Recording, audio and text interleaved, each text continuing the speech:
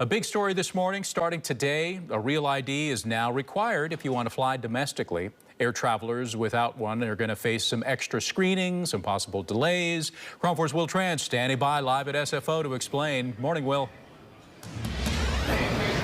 James, basically, if you don't have certain forms of ID, well, you better get to the airport not 2 hours before your flight, as they recommend. We're talking 3 hours before your flight, because you will have to prove you are who you are. I'll explain in just a few moments, but in the meantime, you can see traffic moving along just fine through SFO.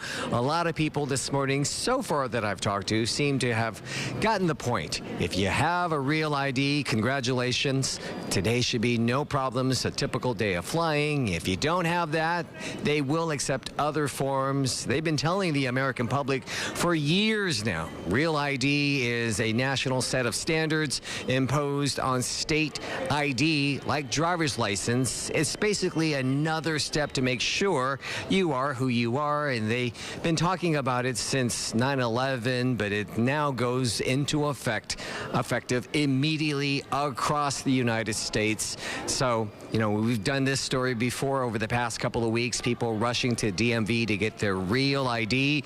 If you were not fortunate to get your real ID just yet, don't worry about it. You're still able to fly today using other forms. So take a look at your screen. They will accept these forms of ID, including the U.S. passport, the permanent resident card, your federal health ID for veterans. They also can use an enhanced ID. There are 5 states, including Washington State. They call it an enhanced ID. They will accept that as well. So the question, James, is what do I do if I don't have those forms of ID and I don't have real ID? Well, according to the federal government, you will be asked to go to another line. Go through there. Imagine you on vacation losing all forms of identification.